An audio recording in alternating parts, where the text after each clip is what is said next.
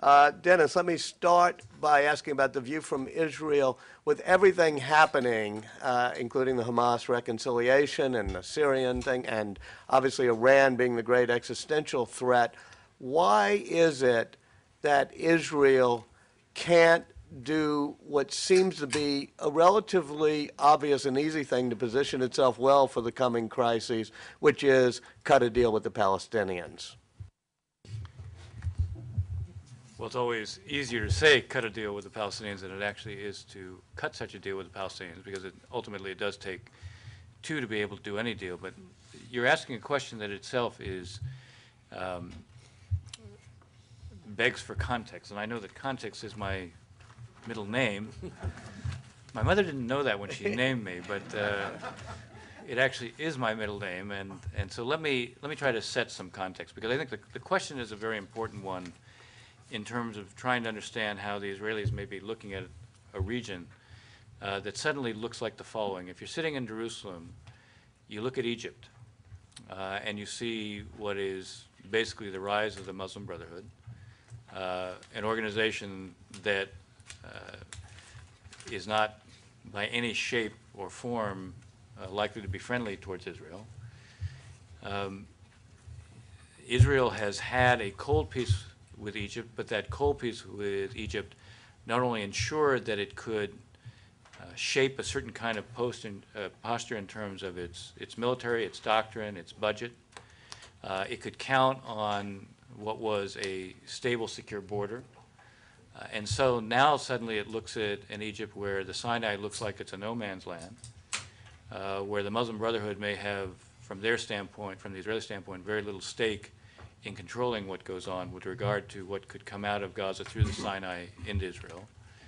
And so the first point of reference is look at how things are changing in terms of Egypt, and it's a threat. It looks to its north and it sees 45 to 50,000 rockets that Hezbollah has in Lebanon. It looks farther to the north and east and it sees Syria, where in the best of cases it sees enormous unknowns. It can't really know, even if it assumes, as many now do, that the Assad regime is doomed and is not going to survive. It doesn't know what the process of its demise is going to be. It doesn't know the timing. It doesn't know what's going to happen in Syria. The longer things drag on in Syria, the more likely you could have a whole range of different kinds of outcomes that from an Israeli standpoint could also be quite threatening. Jordan right now, its relationship with Jordan is an important and a good one, and the Jordanians actually are playing a very serious, important role right now trying to preserve what I'll describe as a discussion process between Israelis and Palestinians. There have been 5 preparatory talks. They're working hard to try to preserve that process, but that is a work in progress, and it's not exactly clear what's going to happen as a result of it, and particularly now with what is at least a new development on reconciliation between Hamas and Fatah. I think we always have to approach the reconciliation process between Hamas and Fatah with a high degree of, shall I say, humility. By that I mean, first of all, you should approach this region right now with a high degree of humility, since nobody predicted actually what was going to happen.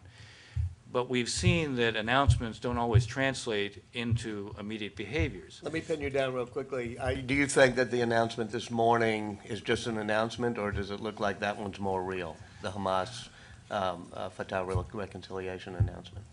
I'll give a very honest answer. I don't know. Okay. And I think anybody who sits here and says they know, you should be skeptical of. I would guess that the two sides themselves are not 100% certain of what this is going to translate into. What it does reflect, though, is something that I think is likely to emerge over the coming year, and that is, I think it is a step towards elections. I do believe you're going to have elections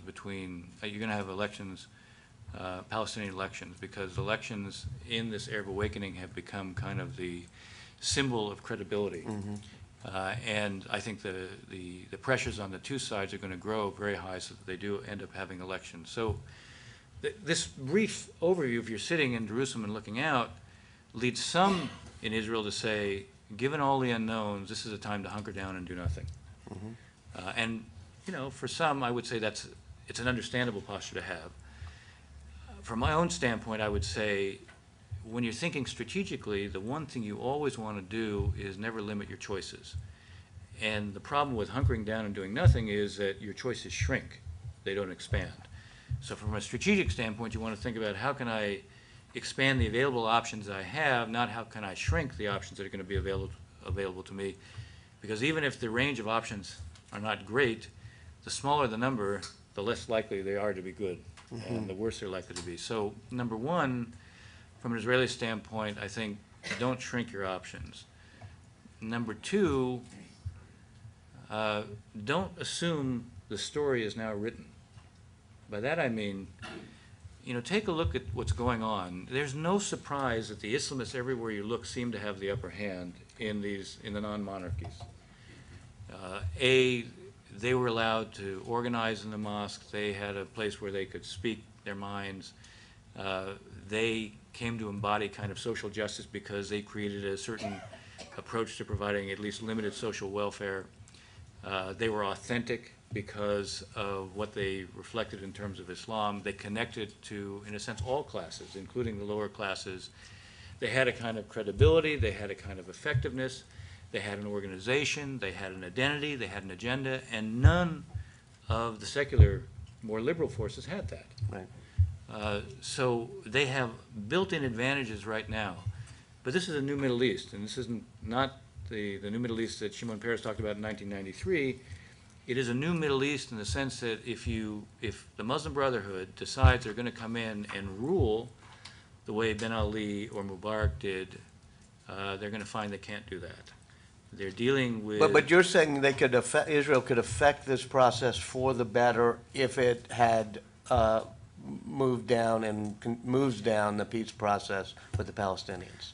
I'm saying, I'm not sure they can affect it for the better, but I think they can affect their situation for the better. And I don't think the Muslim Brotherhood per se is going to be paying an enormous amount of attention to this issue unless they're trying to divert attention away from not being able to deliver. And I think that basically follows the model of people like Mubarak, who said rather than delivering domestic change, what they would focus on when there was anger was to divert attention away. I think the Muslim Brotherhood is going to have to find ways to deliver because they're dealing with publics who see themselves as citizens now, not subjects. And as citizens, they have the right to make demands. They have the right to have expectations. They have the right to hold governments accountable. In other words, I think the Muslim Brotherhood and others are going to have to govern, not rule. And I think what this leads to, in my mind, is the Israelis look at the Palestinians, and if I'm right that there's going to be elections this year, the elections are going to be an awful lot about shaping the future identity of the Palestinians. Israel has an enormous stake in ensuring that those Palestinians who believe in nonviolence and who believe in coexistence are the ones who are validated.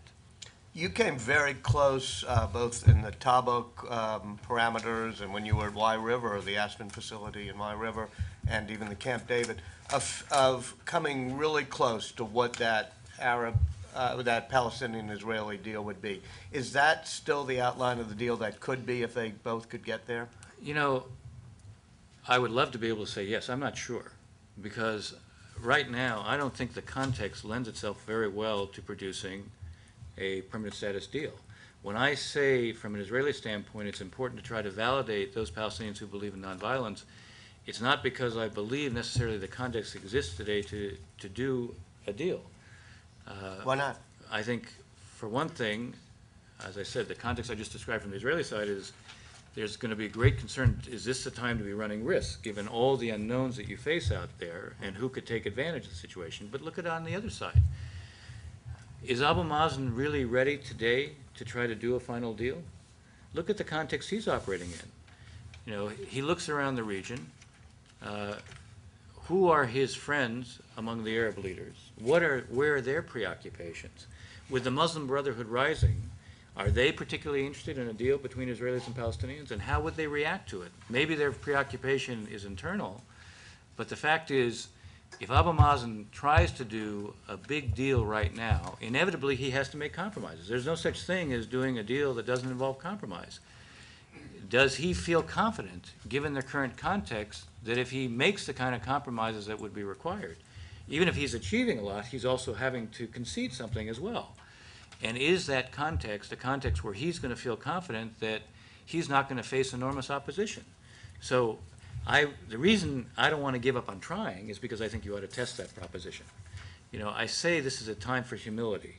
You know, those who say either that they know that each side can take these big steps or that they can't take these big steps, I say I can understand the difficulty of them taking these steps. We ought to continue to try to produce a political process, which is what the Jordanians right now, with the quartet's support, with the administration's support, is trying to produce through these preparatory talks. Do you think the Jordanians should continue to have the lead for the moment? I think that they are proving that they can be effective. And I would note something. You know, a lot of people will say, "Well, gee, isn't this unusual?" Well, you know, for those, I mean, for better or for worse, I'm a grizzled veteran, so I actually, yes. You have gray hair. Yes, and such as it is, yes. You know, the fact is that when we were negotiating the Hebron deal, we reached a point where we hit a block that we really couldn't overcome. And people forget that it was King Hussein who intervened and helped us at a critical moment. Sure. When we were doing Wye River. He flew in when he was ill. He flew in, yes. And he helped us overcome then what was also a block that we couldn't overcome. So, in fact, the Jordanians do have a history of playing a quite helpful role at certain moments. And given the context, and as I said, if you look around the region today, King Abdullah of Jordan is one of the few leaders in the region who is focused on this, cares about this, has a relationship with Abu Mazen, and also has a relationship with the Israeli Prime Minister. So I think it makes sense to continue to try for the political process. What I want to suggest is, even as you try for the political process, I think from an Israeli standpoint, it's important for them to be thinking about what are the steps that they can take that will help to validate those Palestinians who are engaged in a state-building process, who believe in nonviolence, who believe in coexistence, because if you're going to have elections, they're going to compete against those who reject coexistence and who believe in violence. And from a strategic standpoint, I would say Israel has a long-term interest in having those Palestinians who believe in nonviolence become validated and become more credible. Look, I would always like to see, whatever steps the Israelis take, I'd like to see a parallelism. I'd like to see reciprocity. But I can say that if you're going to have elections this year, it's very important that those Palestinians who are competing against Hamas are able to say, look, we're achieving something. And the way that you achieve something is showing that Israeli control is receding, the occupation is receding, so you can show, you know, I wrote a piece on this in the Washington Post a couple of weeks ago. So when it comes to Area A, the incursions, you know, maybe they're being phased out, and you come up with a set of criteria that allows you to do that. Area B, you increase the Palestinian police presence and some of the responsibilities there. Area C, which is, and you've done a lot of work, asked for a lot of work in Area C in economics. One of the things you know is that this is 60% of the West Bank. Palestinians have very limited access economically in Area C.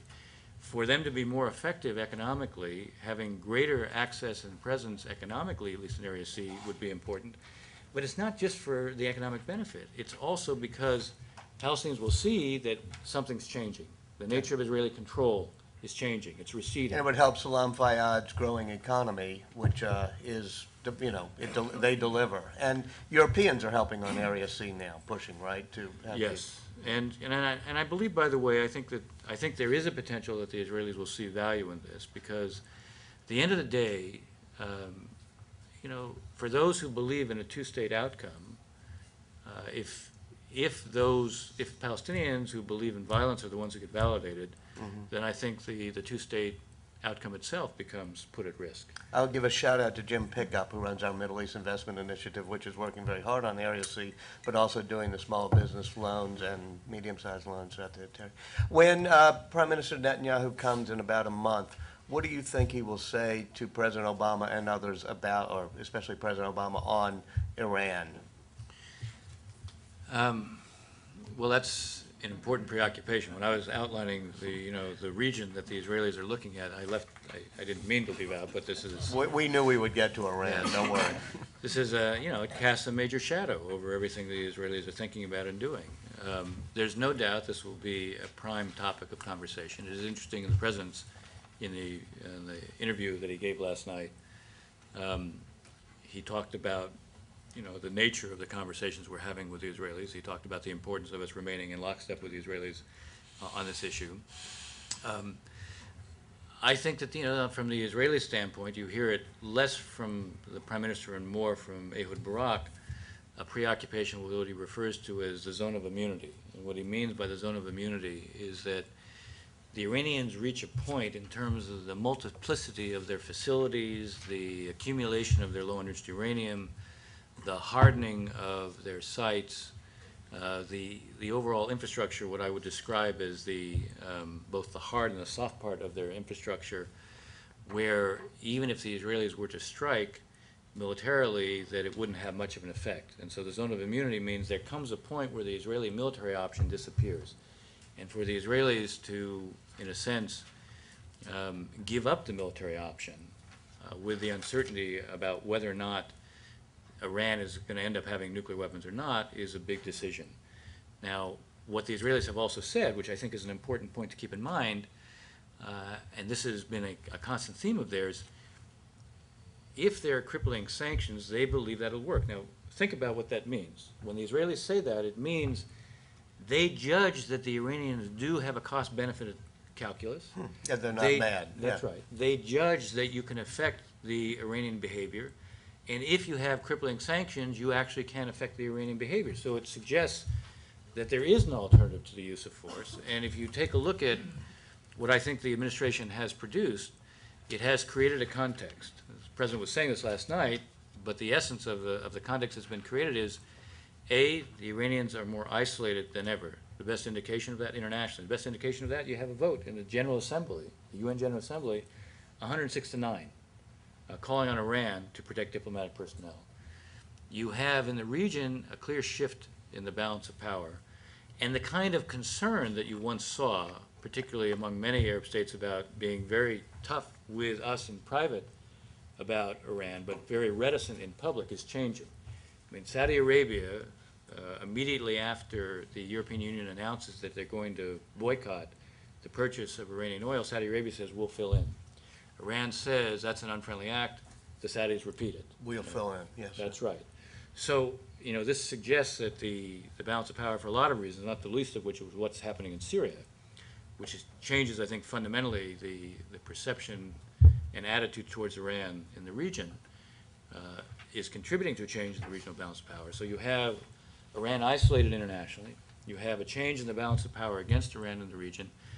And you have what is the emergence now of crippling sanctions. And we know the effect that it's having on the Iranians in terms of their economy. Their currency has lost half its value in the last 6 weeks. When you start talking about boycotting their oil, they export 18% of their oil to Europe. So you're talking about almost a fifth of their oil. Could be a loss of their revenue. Look at China's behavior. China cuts in half their purchase of oil for January and February, which may not have been done because they're trying to sort of link up with the Europeans from the standpoint of where else going to boycott. They're not saying that. But it's also smart business when they see that, in fact, there's going to be a boycott of the oil, and suddenly they cut their own purchase in half. What they're saying to the Iranians is, if you want to sell to us, you're going to have to heavily discount, which means a further loss in revenue. And on top of this, the Chinese premier goes to the region, spends 6 days in the region, doesn't go to Iran, goes to Saudi Arabia, goes to the UAE, goes to Kuwait, who are arguably the hardest line members of the GCC when it comes to Iran. In other words, the most anti-Iranian. Exactly. And even beyond that, he makes a very blunt statement against Iran having nuclear weapons when he's out there. So that and when he's in Saudi Arabia, he gets guarantees that the oil flow will go there, right? Yes. Which is a thing this administration did well, which is orchestrate all that. So, are you saying then that there's no need for a military strike? What I'm saying is that a context has been created where the Iranians are increasingly aware of the price they're paying, and the key to the strategy all along has been concentrate their mind that way, but then leave them a way out. Now this, you can debate the issue of whether this is going to work or not, but I would say if you were going to pursue a diplomatic approach that had any chance of success, the only way you were going to do it was by creating just such a context. I will at least say the prospect of inducing the Iranians to giving up their pursuit of nuclear weapons was never going to work, because there is nothing that you can offer them that is worth as much to them as actually having that program. But if you look historically, when they have made serious tactical adjustments, it's when they've been under pressure and they sought a way out. Now, I've read the Supreme Leader's speech. He's obviously adopting a very tough line publicly. I would expect nothing else. I wouldn't expect him to adopt a different line publicly. But the fact is, they're also now talking about meeting the 5+1. And when the foreign minister talks about meeting the 5+1, this is the permanent 5 members of the Security Council plus Germany, when he talks about meeting the 5+1, he's also talking about the step-by-step approach in the Russian proposal, which is explicitly about their nuclear program. The last year when they met in Geneva and Istanbul, they refused to talk about their nuclear program. So suddenly their foreign minister is saying they will meet with the 5+1. They want to talk about the step-by-step approach, the Russian proposal.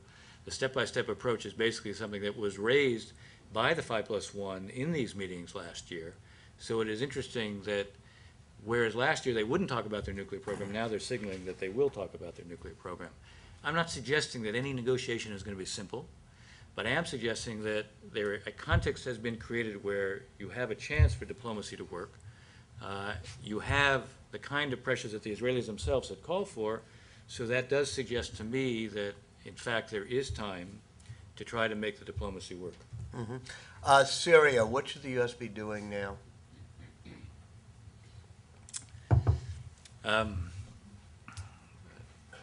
I saw the Secretary of State called yesterday for the creation of a Friends of Syria group, which I think is the right thing to be doing. If I take a step back, I think what the veto on Saturday dramatically undercut, I think, the effort right now to try to produce a transition in Syria. I think if you look within Syria right now, Assad is operating on a premise with at least the constituencies that still support him, where he says, we can outlast this because basically we have an insurance policy, and that insurance policy is provided by the Russians. And that insurance policy ensures there won't be a kind of intervention. It ensures that there's a limit as to what can be done to us. And so stick with me, we'll be able to outlast this. I think had the Russians and the Chinese gone along with this resolution, I think the message within Syria would have been quite different. Oh, yeah. I also think it would have had an effect on Assad. I don't see Assad as Gaddafi. I don't see Assad as hiding out, and somehow, with no electricity and no water. And I don't see Assad that way. I think if Assad saw that the real balance of power was changing, and from the outside, it would have an impact further on the inside, I think that you could see a potential change there. So in answer to your question, just one other thought. The more you create a sense of inevitability that the change is coming, the more I think that you'll be able to affect what's going on the inside. So that, I think the idea of a Friends of the Syrian opposition approach is right. I think it does make sense for us to do more with the Syrian opposition. I understand up until now, the requiring the SNC to do more to demonstrate their own effectiveness was important, but I think it's also important to create a sense of inevitability that the SNC is the future, because I think that will have some impact on the inside. Squeezing the sanctions, making them more effective is important. Doing all we can to That's continue. hard to do with Russia not cooperating. Well, it's hard to Is do there a on the way issue to, of arms what is transfers. Russia's reason? Is it some grand historical thing? Is it autonomy, or is it I think historical it's- relation with Syria? I think it's several things. And is it Lavrov or Putin? Let's put it this way. I think that on Saturday, Putin was focused on what was going on in the streets of Moscow. Correct. I think Putin is focused on what's going to happen on March 4th. And then afterwards, Um, he's thinking about what's the kind of government he's going to put together. His preoccupation is much more on the inside. Now, there may be a kind of anticipation of Putin is seen as wanting always internationally to demonstrate Russian independence. The only naval base they have in the Middle East is in Syria. But you would think, if you take a step back, if you're Russia and you want to preserve a position in Syria, the only way you're going to preserve a position in Syria is being on the right side of history and where this is headed. The longer you are seen as helping to prop up Assad and basically what is now a killing machine, and the way Assad treated this vote was a license, to unleash. If you look at I don't know how many people looked at the videos over the weekend. I mean, of Homs? You're looking at artillery, mortars. You're looking at anti-aircraft shells that they use to fire into buildings. The fact is, the Russians have a stake right now in demonstrating that they're the ones who helped to produce the transition, not they're the ones who were an impediment to it. I think actually right now it's not just the friends of the Syrian opposition that we should be focused on, which is important. I think we should be working very closely with the Arabs right now to build up the pressure on the Russians, because I think that will leave the Russians in a position where they're feeling increasingly uncomfortable. And the more they begin to see that their own position in the region more generally could be put at risk. Let's, again, take a step back. We're talking about the Arab League that put together a transition plan for Syria. This is the Arab League we're talking about. This is a body that historically was primarily governed by how it could protect all the regimes, not how it could be thinking or talking about transitions. There's a reason that they've adopted this position, because all of them are more attentive to their own publics.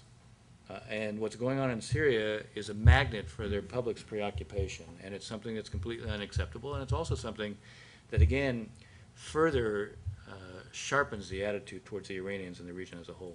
My last question before I open it up, and obviously deals with Egypt, and especially what's happening with the detainees, the people. Why is that happening, and what should we be doing to influence things in Egypt now?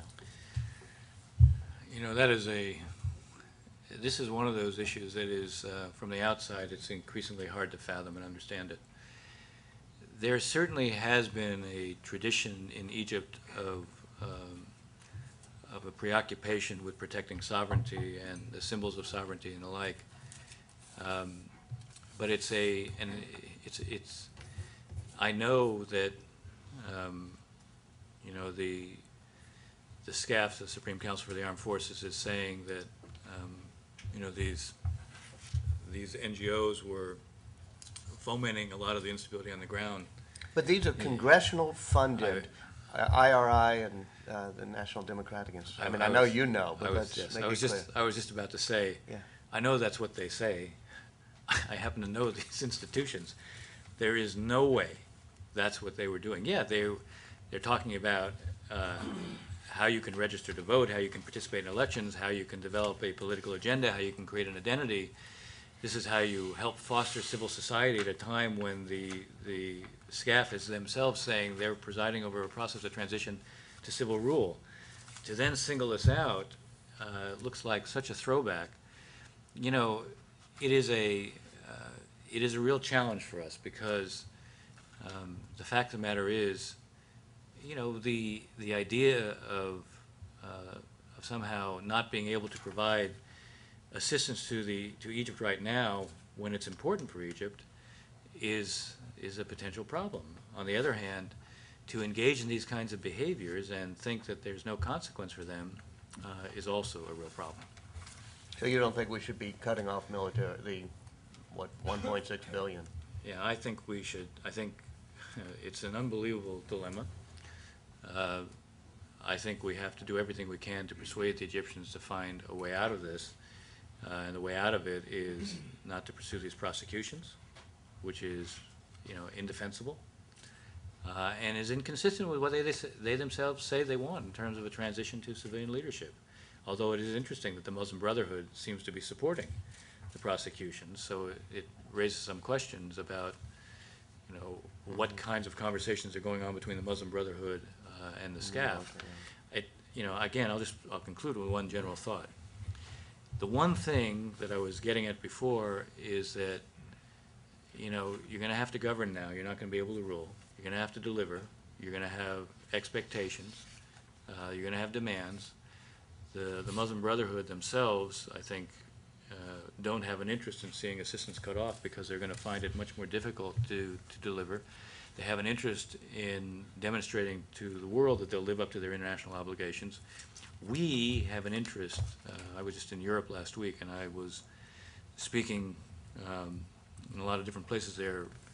The value of us creating a mantra that we repeat internationally, shouldn't just be us, that focuses on accountability standards that then seeps into the bloodstream throughout the region, but certainly in Egypt.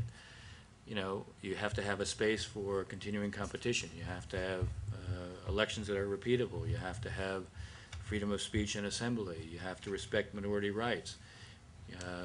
You don't criminalize the private sector.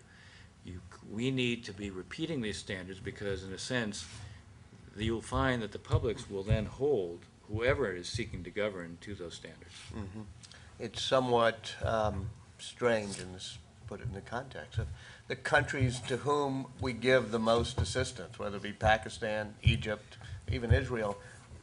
We seem to have the toughest time having influence when we really need it. So I don't know what that says.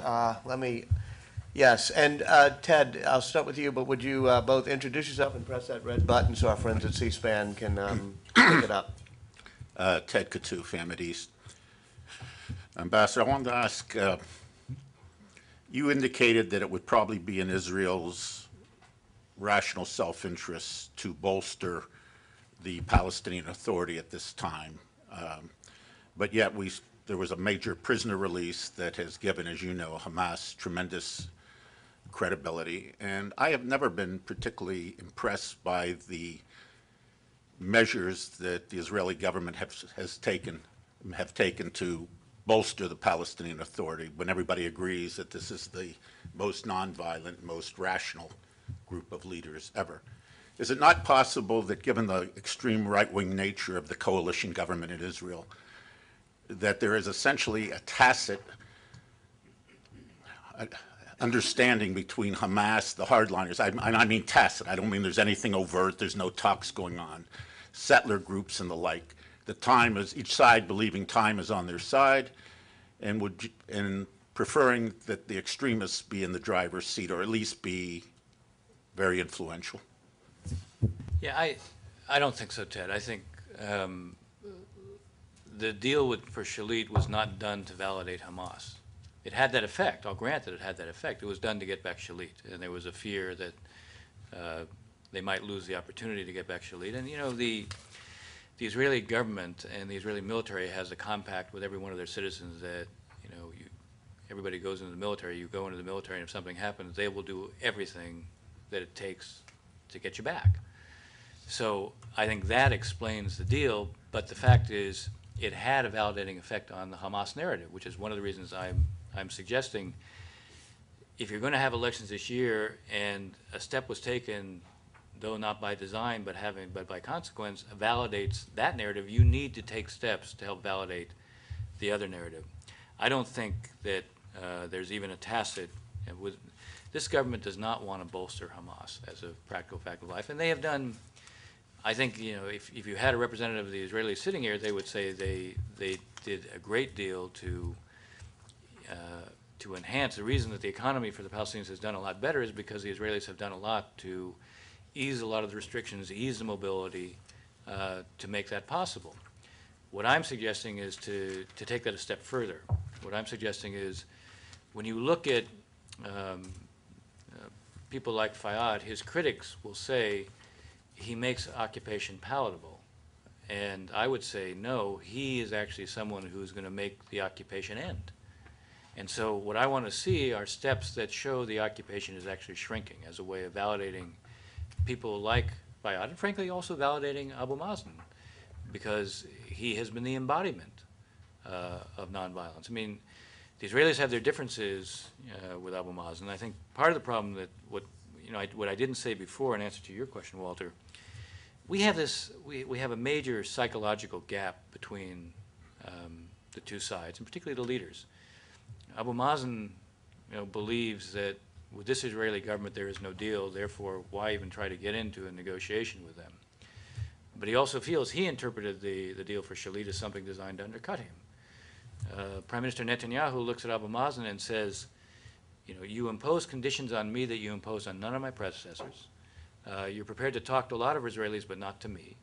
So it looks like you're constantly trying to discredit me and delegitimize us. You embark internationally on an approach that is designed to isolate Israel.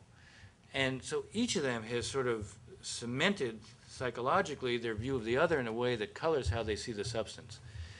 And it's very hard to break through that. And I was saying before, the Jordanians are making an effort with the support of the quartet to try to break through that. And that's an effort that is worth applauding and I think has some potential. But whether it succeeds or it doesn't, either you help to underpin it by what I'm suggesting in terms of validating, or you run something that's parallel to it regardless, because if you're going to face elections, there is going to be, those elections are going to shape the future identity of the Palestinians, and it's important to try to, I think, affect that in a positive way. Christopher Isham. Yeah, let me, we'll try to get back around that. I have like 19 people already on my list, so, and you can grab them afterwards, Ted, I know. Chris Isham, CBS. Thanks, Walter. Dennis, I wonder if you could elaborate on something you said earlier, which I found interesting. You said that one should never limit one's strategic choices, and yet that's exactly what the administration has done on Syria. They've essentially taken any military intervention off the table. Secretary Clinton has said absolutely there will be absolutely no military intervention. Do you think that's wise? Well, I think when you're in a situation where you've just ended one war, you're winding down another war. It's not a simple thing to then suddenly start talking about another military intervention, particularly when you don't see a lot of support for it internationally. Having said that, I do think that there are options that one has to be thinking about right now, and there was discussion at one point by the French foreign minister about humanitarian corridors. There are some who've talked about maybe safe havens. I mean, for those of us who remember Bosnia, safe havens don't exactly conjure up wonderful memories. But I think that it is important to signal Assad that he has more to worry about. That if I'm right that this guy is not a Gaddafi, then we have to think about how do you build the pressure on him, and how do you give him reasons to think that he has more to worry about. Right now, my focus would be more on the Russians, because I do think the Russians could be a dramatic pivot, and I don't think the Russians are real comfortable with the position they're in right now. When the vote's 13-2, and that means that you had the Indians go along with you. Look, the level of international consensus was really quite striking. The fact that what the Syrians did over the weekend is actually embarrassed the Russians more, because it made it look like what they did is the Russians are the ones who gave them this license to engage in behaviors that went beyond even what they were doing before.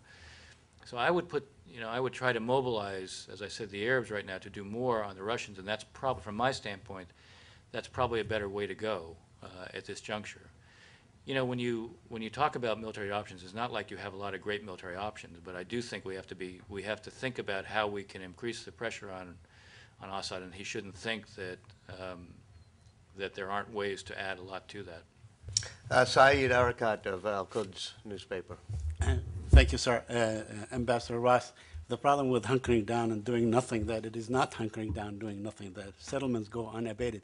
So if you were to advise Abbas, whom you know very well, what should he do over the next 12 months in hunkering down and doing nothing and maintain the two-state viability? And third, do you believe there ought to be a back channel between the President of the United States, Barack Obama, and both leaders, and maybe that you could perform that task as was suggested last week?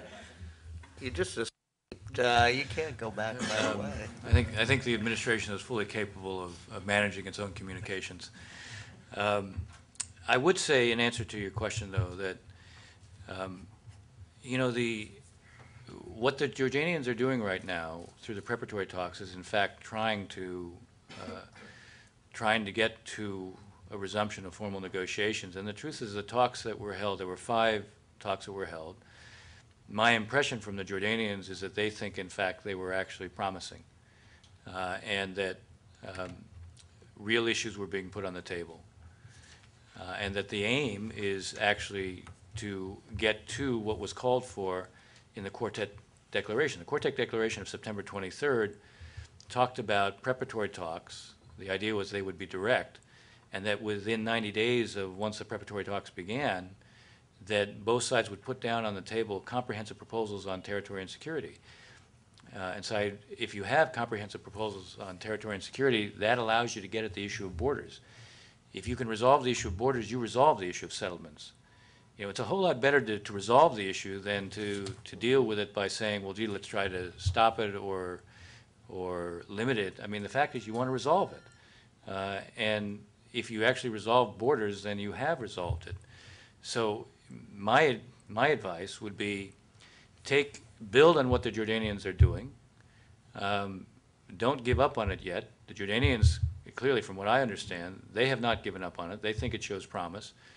I would try to build on that, and if there are steps that offer you some achievements, find ways to build on them. You know, there's not a lot to be gained by always devaluing what may be possible. And I think at this point there is something that's possible there, and I wouldn't give up on it.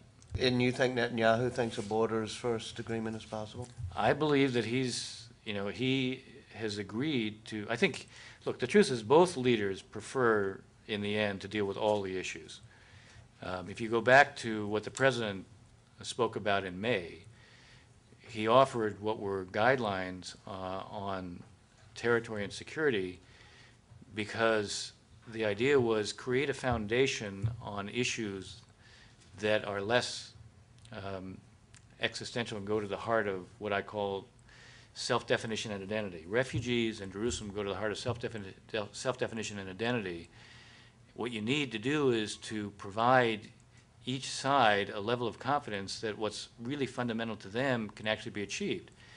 If you can, if the Palestinians see that the territorial outlines of their state are there and are viable from their standpoint, if the Israelis see that what they need from the standpoint of security is there and is convincing from their standpoint, then it becomes a lot easier to take on these emotive issues like Jerusalem and refugees. And the fact that the quartet statement called for both sides to present comprehensive proposals on territory and security within 90 days of those preparatory talks being underway, the two sides have a different approach on this. Abu Mazen feels that, well, there were indirect preparatory talks that began, and so that's why he's talked about the end of January. The Israelis said, but the preparatory talks didn't really begin until January 3rd when they were direct. And I think, technically speaking, I know because I was still in when this was drafted, the idea of preparatory talks was they were not the same as formal negotiations, but they were supposed to be direct. The fact is, if at this point Jordan and the members of the quartet believe that the discussions that have been taking place actually have been serious and show promise, then build on them. Mm-hmm. And you're going to get, I think, relatively soon to what could be those comprehensive proposals on territory and security, and that then actually does allow you to deal with the settlement question. Issues. Yeah. Elise Labat, CNN. Thank you very much. Thanks for doing this, Ambassador. On the Palestinian question. Would you punch your mic, if you don't mind, Elise? Sorry about that. On the Palestinian question, we just always talk about Abu Mazen, but I was wondering if in fact you believe that there will be elections, do you see anybody that perhaps would have the credibility within the Palestinian base and also possibly with the Israelis to eventually cut a deal? And I'm wondering if you have a repeat of 2006, the Palestinian elections, and Hamas does make a good showing, would you recommend repeating the same course of action that the U.S. and the international community did, which was to boycott Hamas? Because my personal feeling, I mean, I just don't feel that they were even given the opportunity to show whether they would govern or whether they would moderate, because in effect, they were backed into a corner, and we never knew. So I understand that there are these kind of Quartet red lines, but I'm just wondering if you would make any changes to that approach. Thank you. We were asking two different questions. One question relates to who could emerge in elections on the Palestinian side individually in terms of the presidency. And then the other is, you know, if, in a sense, which movement is the one that emerges. On the first one, you know, I don't think it's ever a good idea for anybody on the outside to look like they're trying to anoint a Palestinian. I think that it's for the Palestinian people. They're going to decide who they're going to vote for. It doesn't mean there shouldn't be consequences for who you vote for. I mean, and that's what my concern about what happened in 2006, my problem, frankly, was, and I said it at the time to the administration, was we had an agreement that we helped to negotiate called the interim agreement. That interim agreement actually created criteria. It was agreed to by the Palestinian Authority and by the Israelis. It created criteria for who could be candidates. I felt that if Hamas signed up to that criteria, then they could be candidates. But if they didn't sign up to that criteria, then they shouldn't be. And at that time, that was, you know, the interim agreement, the provisions of the interim agreement were not in fact followed. So I would have preferred that that had been the case. You know, I think that it's, you know, in the end, Palestinians will decide for themselves how they want their future to be. But they should also understand that if you're voting for those who believe in violence, if you're voting for those who believe that there is no such thing as coexistence, then they shouldn't assume that they're going to have a relationship with us. That's fair. I think that what isn't right is if we create a misimpression where if you look like you're pushing for elections, and then you don't respect the outcome of the elections. I mean, there's a reality. Is that what happened with Hamas? I do think that's what happened in 2006, and I think, you know, we at least need to be consistent. We have certain principles. I just, you know, at least my own attitude is we created conditions for the PLO, and in the end, the PLO met the conditions. I don't know why we would treat Hamas differently than we would treat the PLO. But respectfully, do you think there's any way that perhaps down the line, 5, 10 years from now, you could see Hamas, like, we're dealing with the Muslim Brotherhood. Who would have thought the Deputy Secretary of State would be meeting with the Muslim Brotherhood, talking about, we'd love to work with you, we'd love to form a partnership. Is there any way that you can guide them towards that? Guide whom? Look, I think, again, if Hamas wants to be able to deliver, and by the way, take a look at the polling in Gaza. Hamas' standing in Gaza is quite bad. You know, one of the reasons, one of the things that one of the reasons I said before, it would be quite something if the international community, but we all work to help validate those Palestinians who believe in nonviolence. I said before, think about the significance of if the first election we've seen where the Islamists don't win is among Palestinians. I think that would be quite remarkable. One of the things that you see happening right now in the region, I think there's a hunger for a successful model. So some are looking at they think about Turkey. You know, if the Palestinians came to embody a successful model, because you look at what they're doing on the West Bank, that would be quite significant, I think, for the region. And you know, that applies to the Islamists. If they're all going to be dealing in a different universe now. This is not the same Middle East, and they're going to, you know, when I made the reference to people seeing themselves as citizens, we shouldn't underestimate the significance of that. This is a region where people were acted on as subjects. Mm-hmm. They couldn't make demands. They had no rights. You know, there was no accountability. And now they see themselves. They've discovered their voice. The fact that they've discovered their voice suggests to me that, you know, they're not about to give it up easily. And I think, you know, again, Syria is a kind of another interesting example, because for all those who think that coercion can work and you can simply apply the old rules, well, it hasn't worked in Syria. Mm-hmm. Doyle McManus, Los Angeles Times. I'd like to ask you to go back to Iran for a moment and spend a little time deciphering the various Israeli warnings of potential military action over the last few months. They almost seem to have gone through mood swings. Is this a debate inside Israel that is unresolved? Is it a message for the United States, for the P5+1? Is it a message for Iran? And if it's a message for Iran, is it possible to measure what message arrives in Iran? I think, you can have, one of the things for certain, particularly in international relations, but particularly in today's interconnected world, is that you can have multiple audiences when you communicate things. But it doesn't mean when you have a message that even if you have multiple audiences and you have multiple messages, that the messages themselves necessarily have to be competing. If you're sitting in Israel, one of the things you wanted to see crippling sanctions. And now you see for the first time crippling sanctions are being adopted.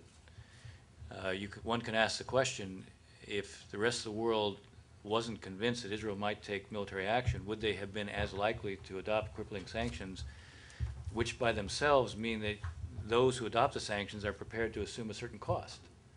So I think there's no doubt in my mind that some of what the Israelis do has been designed to motivate the rest of the world to adopt the kind of actions which they themselves think might alter Iranian behavior. One thing is clear, from the beginning, the Israelis have never wanted this to be Israel against Iran. They've wanted this to be the world against Iran. So I have no doubt that some of the purpose of some of the reason that you've seen some of what they've said is to motivate the rest of the world. By the same token, what makes it credible is the fact that they view this in existential terms. Again, Ehud Barak again was stating that yesterday. So if you see it in existential terms, obviously, if you're Israel, you're going to develop the capability to try to deal with that. Does it mean that are they just posturing? No, I don't think they're just posturing. But I think there's no doubt that some of what they've done has had the effect on others. Again, I go back to the fact that the Israelis themselves believe that crippling sanctions work suggests that they think that there is an alternative to the use of force, which I think they hope will actually succeed. Jennifer Mizrahi, please. Thank you. Ambassador, Would you hit that mic button too, please? Thanks. Thank you. Jennifer Mizrahi from the Israel Project. Ambassador, you laid out some very important points about the Arab street really controlling a lot of this political process, and that the most important issue to them is jobs. Walter Isaacson just wrote a fabulous book about Steve Jobs, and given different kind of jobs, but I think they're very connected because the Arab street is so connected to the internet, and there's so much on Facebook. Why is it that the U.S. administration is so slow to come forward with Facebook applications that teach job empowerment tools like how to get a loan, how to start a small business, how to market your business, to do podcasts and other things on Facebook so that we can be ready for a post-Apple world in the Arab Spring? Well, I don't represent the administration anymore. But I think if you had somebody here from the State Department, certainly the Secretary of State has put a premium on the new media and connecting with the region using the new media. I think you raised an interesting point that there are multiple applications for that new media. It's not just a vehicle for communicating. It's not just a vehicle for trying to create a certain kind of mobilization, but it can also be something that can be used quite effectively to try to create jobs and to try to promote the private sector at a time when we have an enormous stake in the success of it, but frankly, all these countries have an enormous stake in the success of it. If you looked at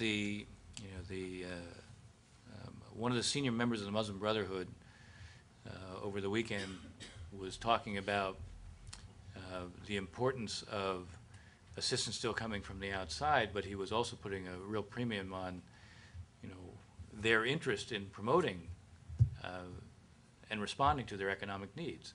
So I would say this is fertile ground, and we need to be thinking about how we can add to it, how creative we can be, and I think your suggestions are well taken.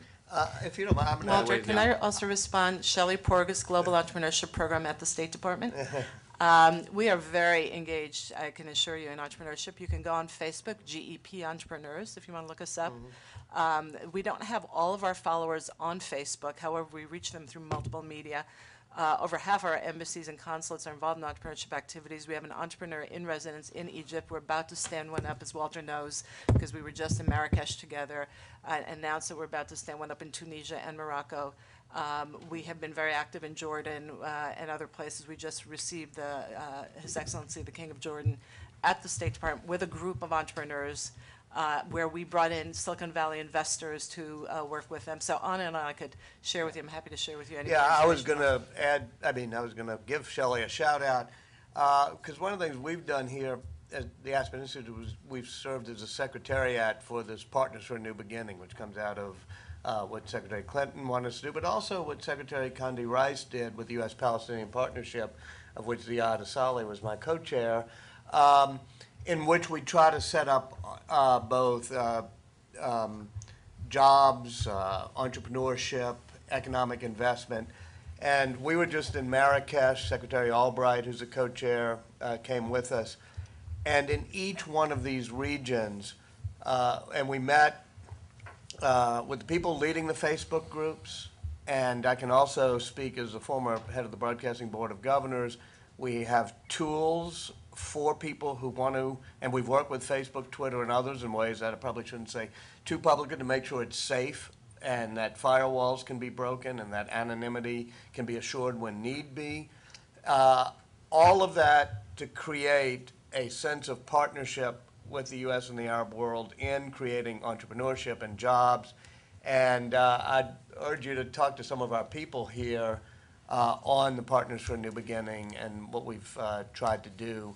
And say Jim Pickup right next to you was in Marrakesh with us as well just 2 weeks ago, right, Jim? Yeah. I'm actually extremely familiar with this very vital work that Shelley's doing, that you're doing, but with all due respect, it was not filmed and put on Facebook in Arabic, and in fact, you're doing extraordinary work in so many different places where if you go on Google and try and Google it in Arabic, you can't find it, and that you could have a force multiplier, a leveraging of the economic investment in these kinds of fabulous programs that you're doing if you were to podcast them, you were to put them in Arabic on the web, and they were widely broadcast. We definitely, we'll have a Innovation Commission meeting of the Broadcasting Board of Governors just next week, in which crowdsourced translation and mechanical translation to all of the languages, we're trying to work that out.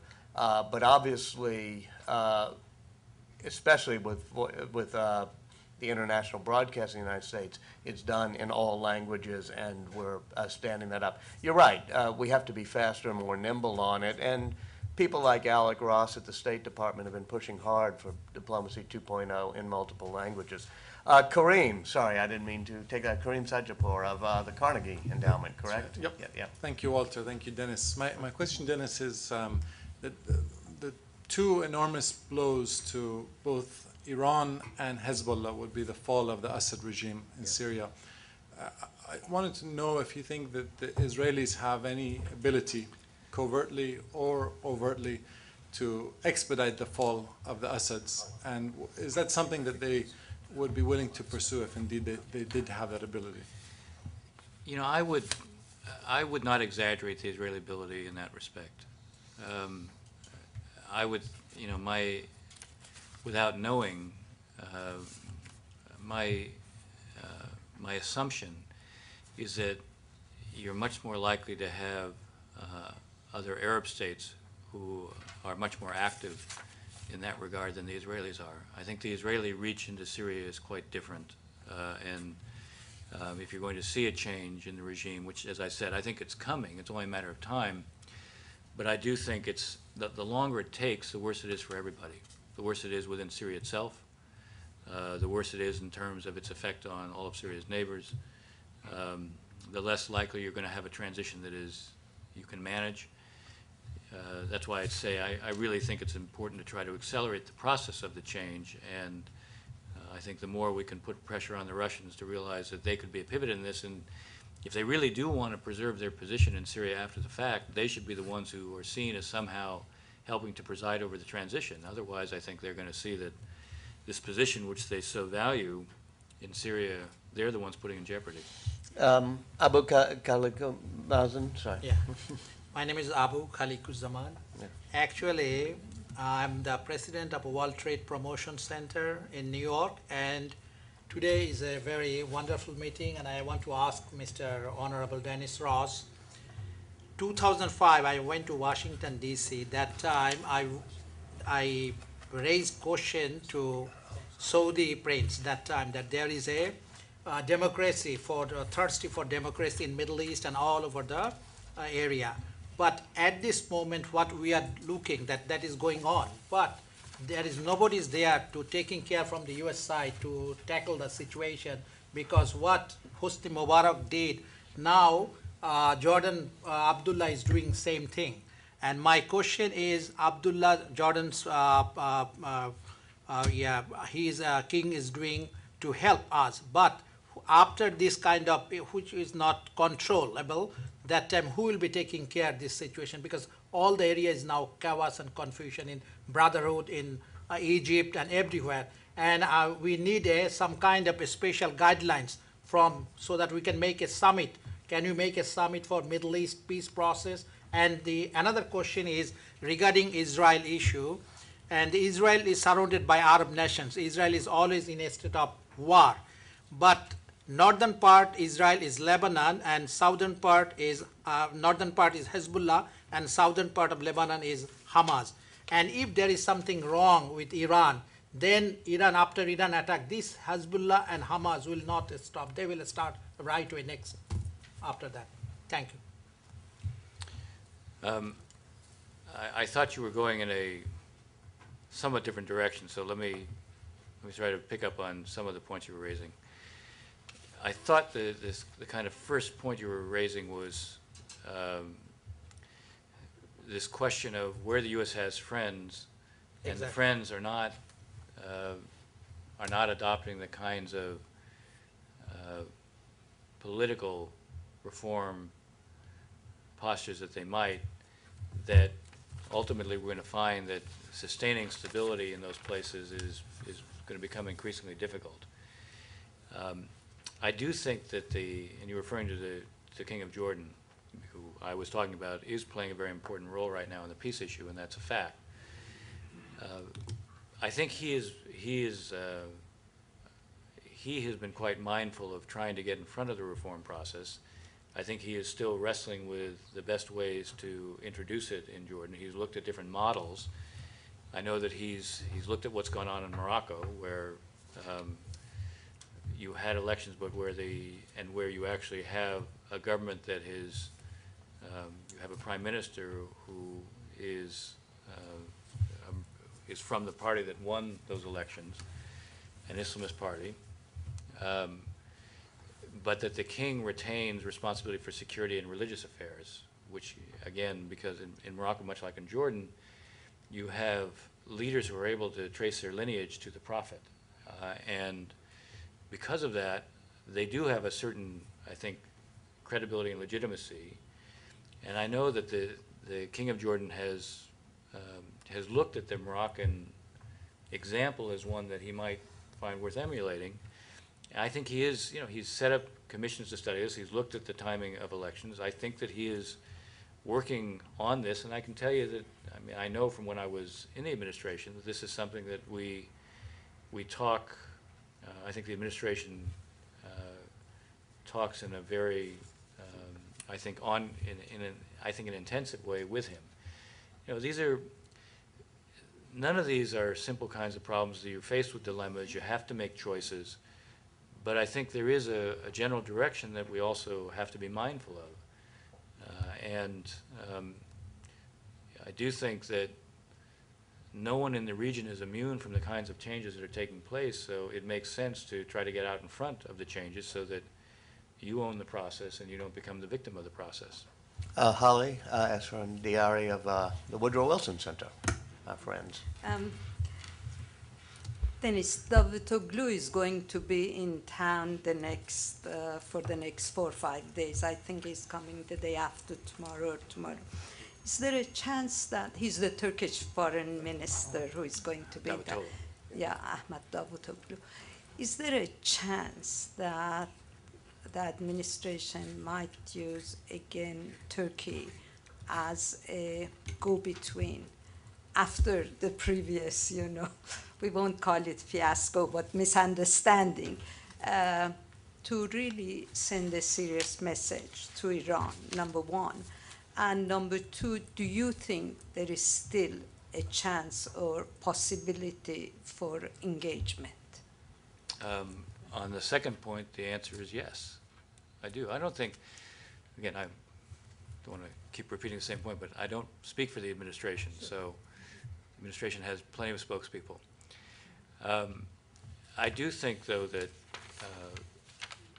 from the time I was in the administration until the time I left, the administration never closed the door to engagement, ever. Now, I also think that the relationship with Turkey is I think, a close relationship. I have no doubt that there'll be a kind of extensive discussion when Davutoglu is here on this issue as well as many others.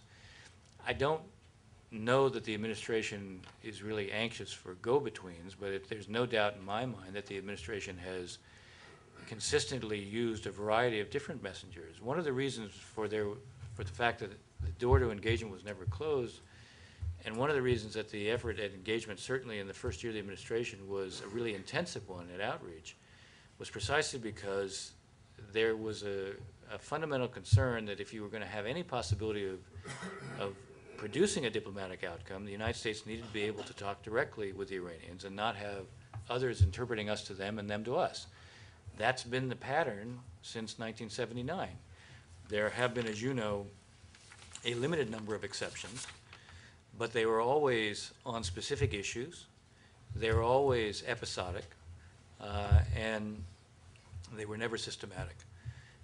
And so I think we need less go-betweens, and we still need the ability to talk directly with them. I don't think when the administration sort of shaped a strategy that was designed, that the initial effort wasn't designed to focus on how we're going to pressure them. The initial effort was designed to reach out. Now, obviously, if they weren't going to be responsive, you could use the fact that you were reaching out to mobilize others, and that became a vehicle for the pressure. But if you're trying to produce a diplomatic outcome, pressure is a means, it's not an end. And the idea is you leave a way out to see if the Iranians are prepared to take it. You and Kareem are the last people I need to suggest this to. You know the history better than I do. But it is a fact that Khomeini, when he described concluding the war, the ceasefire with Iraq, described it as drinking poison from a chalice. It was the last thing he wanted to do, but he understood the cost of not doing it. When the assassination of dissidents in Europe was going on, when the Europeans threatened sanctions, that was a policy, but they dropped the policy because they decided the price was too high to continue with it. When they engaged in the suspension of enrichment in 2003, it was at a time when they thought they might be next. Now, I also felt, and many people debate this issue, that they either acquiesced in a proposal at the same time that was real, whether it really represented them, or they acquiesced in it, or they were knowledgeable of it. There was also a proposal that was presented that was potentially interesting. Maybe it wasn't real, but and I wrote about this, I think that should have been tested. If it wasn't real, you would have exposed it for not being real. If it was real, you would have been in a very different place. But the reason that they suspended, the reason they may have acquiesced in that proposal at the time, which was not, by the way, not only on the nuclear issue, but it was across the board, was because after we had defeated the Iraqi army in 3 weeks, an army they couldn't defeat and basically had to accept a ceasefire with after 8.5 years, they thought they were next. So there is a pattern here that when the pressure is sufficient, they seek a way out. Will they do it this time? I don't know, but I think a context has been created where there is a chance for diplomacy to succeed. I don't suggest it will be simple, and I can, and I also can envision, what the character of that might look like and what some of the choices on each side might be. I would certainly like to see that take place. And last question, my partner Ziad Asali of the U.S.-Palestinian Partnership that we founded, as well as the American Task Force on Palestine. Thank you, partner. Mr. Ambassador, always a pleasure to see you. You have referred to two Arab initiatives that have taken place recently. One, the Jordanian initiative, which deals with the Palestinian-Israeli relations, and the other is the recent Qatari initiative now that deals with Palestinian relations about elections and reconciliation. My question to you, do you view these as two separate, unrelated initiatives, or is there any degree of coordination between them? Is there a possibility of conflict between these two separate initiatives? Always a pleasure to see you as well. Not surprising, you've asked what I think is both an interesting and a kind of compelling question. Once again, I'll say, I don't know. I mean, one of the things that, again, when it comes to this region, the notion of humility is not only called for, but the readiness from time to time to actually say you don't know, which is oftentimes an understated reality in this city. The truth is, I think there's oftentimes good reasons to say you don't know. But I'll come back to what I said earlier. And Ziad, you follow this as closely as anybody. We know how long the issue of reconciliation has been discussed. We know how many times we've seen announcements made about agreements. Now, it isn't to say that at some point such an announcement may not actually be quite meaningful. And I don't know if this is one of those moments. It could be. It could reflect a basic judgment that Abu Mazen is making. It could reflect a decision he's made that, he has said many times, as you know, that he wasn't going to run in the next elections. You also know that he talked earlier that he wants elections by May. So it's possible that he's doing this because he's quite serious about wanting to move towards elections in that time frame. So I don't know if this is that case now. It could be that it's a case of keeping options open. I do know that it will be problematic when seen from this city, and I do know it'll be problematic when seen in Israel. So, I'm hoping that it's like some of the previous efforts that while it may be a step, it's not necessarily a step that where everything is finalized, and I remain quite hopeful that what the Jordanians are doing can still bear fruit, and I think that it deserves the chance to bear fruit. As usual, Dennis, absolutely fascinating. We thank you very much. Thank you.